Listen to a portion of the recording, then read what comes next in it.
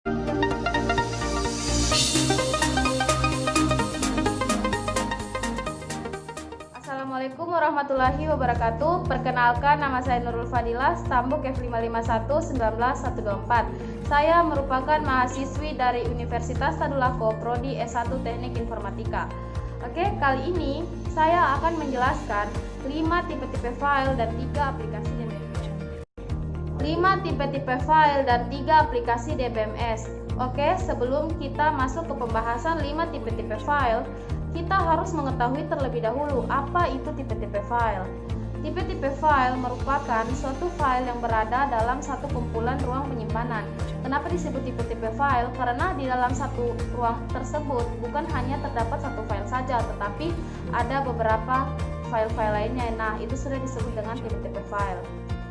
Tipe file yang pertama saya bahas yaitu file transaksi.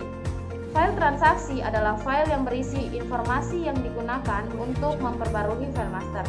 Jadi, file transaksi ini biasanya digunakan di supermarket. Misalnya, jika kalian berbelanja pada sebuah toko, di situ belanjaan kalian akan otomatis tersimpan ke dalam file transaksi. Oke, file yang kedua saya bahas yaitu file master. File master adalah file terpenting bagi suatu sistem. Di dalam file ini terbagi menjadi dua, yaitu yang pertama reference master file dan dynamic master file. Reference master file itu yaitu file master yang dapat berubah-berubah dan dia tidak menetap. Sedangkan dynamic master file yaitu file master yang menetap dan tidak bisa berubah-berubah. Contoh dari file master ini sendiri, misalnya jika kalian mempunyai akun sosial media, kalian minta dikonfirmasi email, nomor telepon, maupun data-data yang lainnya. File yang saya bahas yang ketiga yaitu file laporan. File laporan merupakan file yang dibuat untuk laporan atau kebutuhan user yang tercetak dan ditahan pada piringan atau pita yang menunggu printer siap mencetak. Jadi, contoh dari file laporan ini, misalnya, jika kalian mengerjakan suatu tugas dan file tersebut akan kalian cetak, sebelum itu file akan kalian simpan. Nah, kalian simpan, otomatis file tersebut akan tersimpan di bagian file laporan. Sambil menunggu file itu akan di-print ataupun dicetak.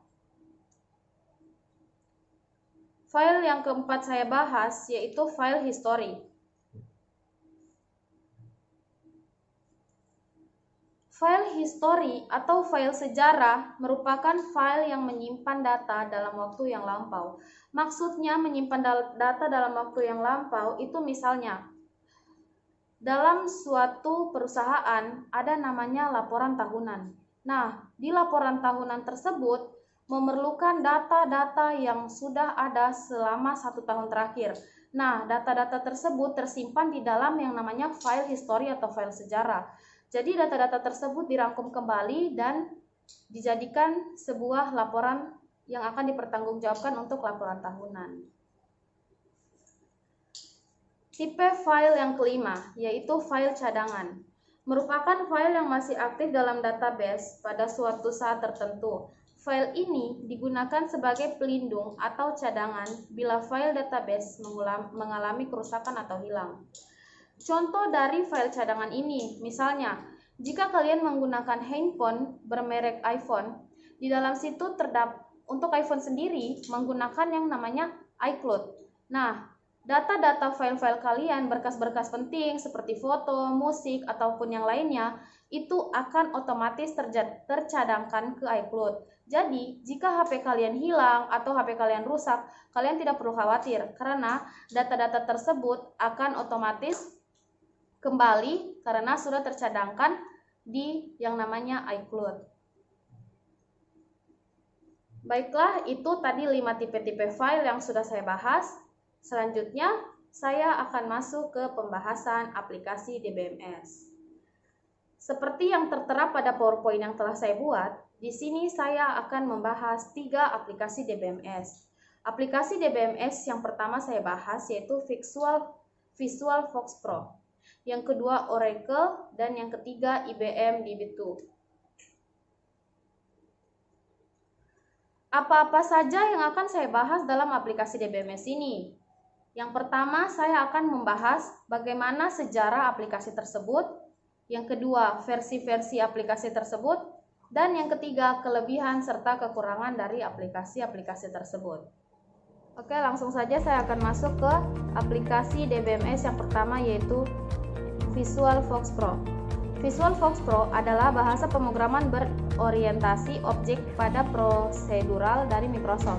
Awalnya, bahasa pemrograman ini dikenal dengan nama Foxbase yang diluncurkan oleh Fox Software pada awal tahun 1984.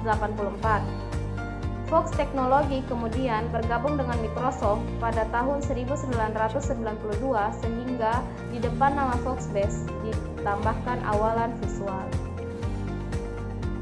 Versi dari VisualFox Pro ini yang dapat berjalan sekarang yaitu 9.0 karena dapat beroperasi pada macOS, DOS, Windows, dan Unix. VisualFox Pro versi 3.0 yang pertama akhirnya tersingkirkan karena hanya mendukung Mac dan Windows saja, dan versi berikutnya hanya mendukung Windows saja. Tetapi versi terkini VisualFox Pro adalah berdasarkan teknologi COM dan Microsoft telah menyatakan bahwa mereka tidak berniat untuk menciptakan versi Microsoft Net. Kelebihan dari VisualFox Pro ini sendiri, yang pertama simple, yang kedua fiturnya lengkap, yang ketiga punya database sendiri yaitu DBF, yang keempat akses ke database internal mudah, yang kelima OOP murni sejak versi 6.0.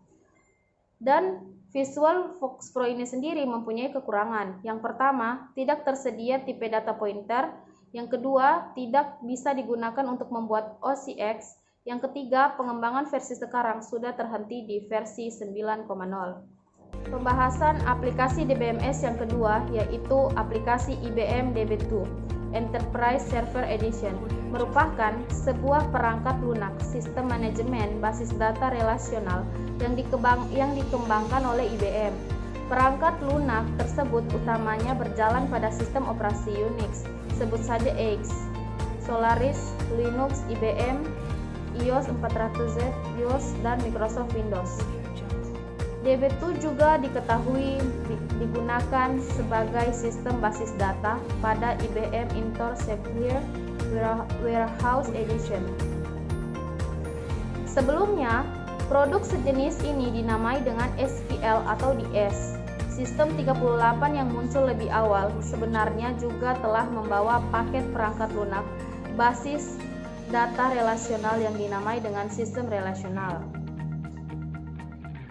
Untuk IBM DB2 ini sendiri mempunyai kelebihan. Yang pertama, mengurangi biaya administrasi. Yang kedua, meningkatkan efisiensi dan mengurangi kebutuhan storage. Yang ketiga, sangat mudah migrasi dari database lain. Dan aplikasi ini juga mempunyai kekurangan. Yang pertama, platform spesifik. Yang kedua, tidak bisa mendownload langsung dari IBM. Yang ketiga, speednya masih kalah dengan MySQL dan Oracle. Lalu aplikasi DBMS yang ketiga yaitu Oracle.